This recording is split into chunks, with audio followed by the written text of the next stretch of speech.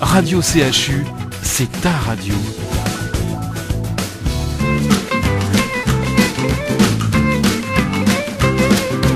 Autoradio CHU, l'émission sur l'actualité automobile, les essais réalisés par nos spécialistes, les reportages sur les salons. Bonjour à toutes et à tous, bienvenue sur Autoradio CHU, votre émission sur l'automobile. Patrick, bonjour. Bonjour, tu sais que tu le fais bien, Pierre. Bonjour Pierre à la technique, je commence à être un vrai pro. Ah ouais. Voilà. Bon, on va parler d'une marque qui en France grimpe. Hein, il nous propose des modèles de plus en plus sympathiques, va-t-on dire. Ah, on est agréablement surpris par la marque Suzuki, qui, après avoir fait quand même un passage à vide il y a quelques années, puis une petite pointe et puis une petite rechute, et là maintenant on commence à restructurer une gamme plus que sympathique. Et nous qui avons l'habitude de critiquer, pas plus que de raison, mais au moins avec raison, là on se force de constater que le progrès est réel et que les produits proposés sont très attachants et de qualité. Alors, nouvelle Swift. Ouais. Alors, l'ancienne n'était pas top, hein.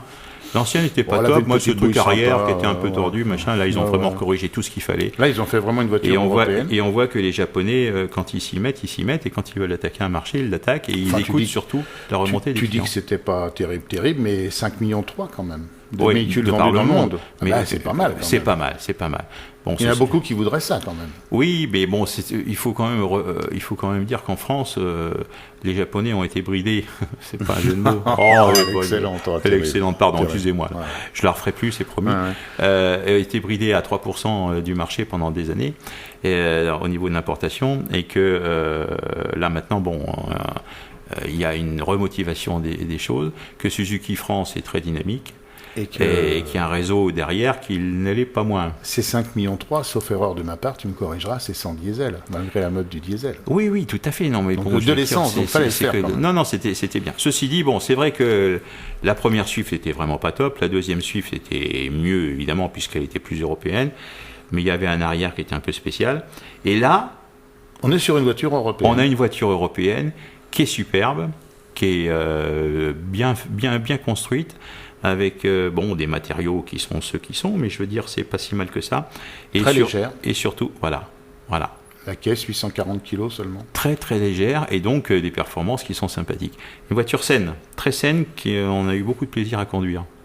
Voilà, donc elle est plus courte de 10 mm, son empattement a augmenté de 20 mm, ça c'est très bon pour la tenue de route.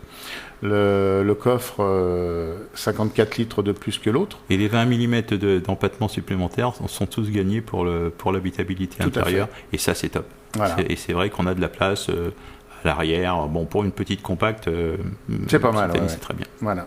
Donc elle a tous les équipements de sécurité comme on peut trouver sur une voiture qui est commercialisée en France, je vais y arriver. Donc le poids est allégé de 120 kg. Elle a un moteur dual jet offrant un rendement énergétique supérieur de 5% par rapport à l'ancienne. Ils ont amélioré l'insonorisation dans la voiture, augmenté diminué de 8% la traînée aérodynamique. Ouais, enfin ça c'est des théories, ça. Hein. Oui, c'est des théories. Ouais, je veux dire, ceci dit, c'est comme tout le monde. Mais là où il y a le plus, c'est quand même le petit boost qui est derrière. Et nous dans la version. Ah oui, mais moi ça c'est. Ça c'est le truc qui est top, qui nous avait déjà présenté sur la Baleno. Sur la Baleno, sur l'S-Cross. Sur le S-Cross. Hein, où il y avait moins d'effets. Il y avait moins d'effets parce que la voiture est plus lourde. Et là, bizarrement, on a vraiment un vrai plaisir. Avec ce système qui s'appelle SH, je sais plus quoi, c'est très compliqué, chercher l'erreur, hybride, un petit moteur qui se met dessus, simple, technologie simple, Pierre. Oui, alors c'est un petit moteur suralimenté déjà d'injection directe de 1 litre, un 3 cylindres. Le petit 3 cylindres. Petit 3 cylindres, et qui est accouplé avec ce moteur, ça s'appelle SHVS. Voilà. Donc ça s'appelle Smart Hybrid Vehicle by Suzuki. Voilà. Tu le fais bien. Oh putain, qu'est-ce que je suis formidable. Voilà. C'est un petit alterno démarreur, donc c'est l'alternateur de la voiture, qui, quand il en a besoin, il recharge la batterie de la voiture. Et par contre, dès qu'on accélère, il se transforme en moteur électrique. Et il libère sa puissance. Et c'est tout ça relié avec une batterie lithium-ion de 12 volts qui est située sous le siège passager. Et déjà, ça enlève tout le... C'est pas une batterie Samsung? Non. Peut-être, va-t-on savoir. Celle qui les recycle leur batterie. Et donc ce système vient en apport du moteur. Il amène 5 Nm de plus, ce qui est énorme quand même.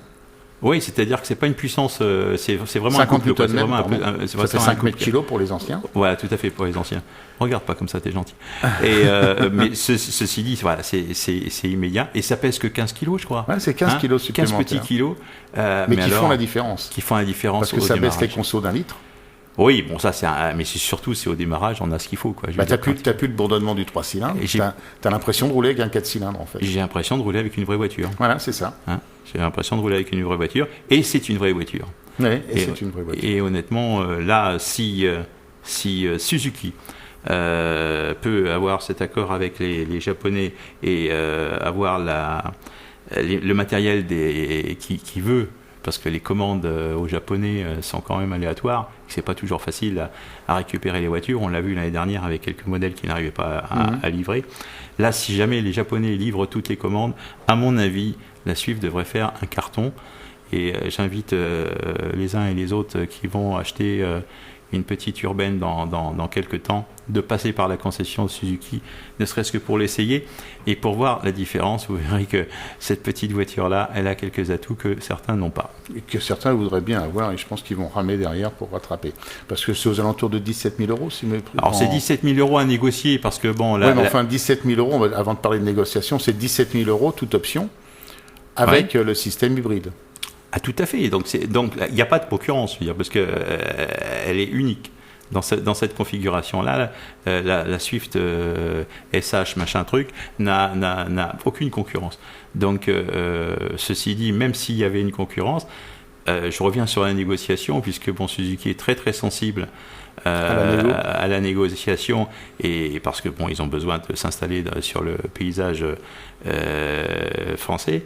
Je veux dire, n'hésitez pas à négocier encore, puisque Suzuki est prêt à faire des efforts pour pouvoir vendre ses voitures et plomber un peu la concurrence. Donc la caisse a gagné 120 kg, la voiture a gagné 120 kg par rapport à l'ancien modèle. Avec un très bon châssis. Avec un très bon châssis. Très bon châssis. Voiture très sympa à conduire. Enfin, nous, on n'y a pas spécialement trouvé beaucoup de défauts à cette voiture. Ça a été, il a fallu qu'on creuse.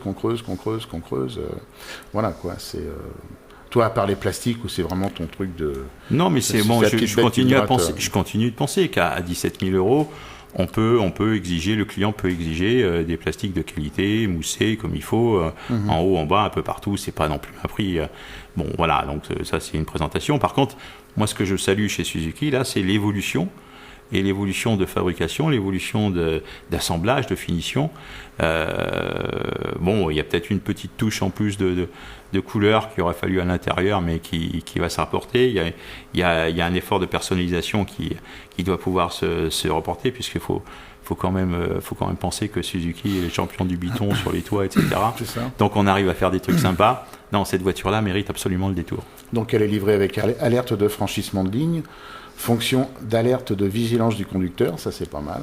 Ouais, ça c'est quand je m'endors, ça. Il y a la gestion des feux de route, voilà, avec passage automatique des feux de route en feu de croisement.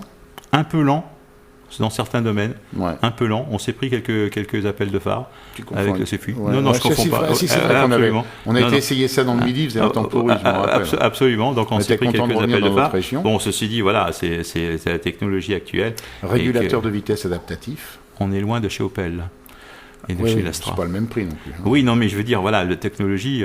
Donc je disais régulateur de vitesse adaptatif, aide au freinage actif d'urgence, assistance au démarrage en côte, signal de freinage d'urgence, programme de stabilité électronique, le ESP, système de contrôle de la pression des pneumatiques, caisse à absorption des énergies, ça c'est en cas de choc, 6 airbags, caisse avec dispositif de réduction des blessures aux piétons. Voilà tout ce que fournit cette voiture quand même. Oui, bon, ça c'est... Voilà. On ne va pas revenir sur le détail de ça, il y a quand même plus intéressant que ça. Mais ça existe, il faut le savoir. Ceci dit, moi, le boost derrière et le petit moteur... Ah oui, ça c'est un truc... Ah non, il faut essayer. Et il faut vraiment aller l'essayer, ne serait-ce que pour le plaisir, vous verrez, ça c'est une différence. Et vraiment, c'est un atout majeur de Suzuki qui là plante toute la concurrence. Et moi, je trouve que ce petit constructeur là qui arrive, qu'on a un peu regardé de haut il y a quelques temps. Ah ouais, avec ça, il creuse les gammes. Ouais, ça fait quelques modèles qu'on essaye. J'ai dit que ça mérite quand même le détour. Voilà, donc plein de couleurs sympas, ça nous sortira des voitures grises et noires comme on voit partout. Et blanches. On a fait une petite expérience tout à l'heure sur la route en venant, et on croisait que des voitures blanches, grises ou noires. Voilà. C'est hallucinant. C'est une tristesse. Et là, on reviendra dessus sur une émission un jour ou l'autre, parce que c'est vrai que il y a vraiment plus de plaisir. Les voitures sont fadasses, les voitures sont tristounettes, et les voitures ressemblent. Le concept est le même partout. Il faudra quand même qu'à un moment ou à un autre, les constructeurs et surtout les stylistes redeviennent stylistes et nous gratifient de modèles un peu exceptionnels. Et qu'ils arrêtent de se copier entre eux. Voilà.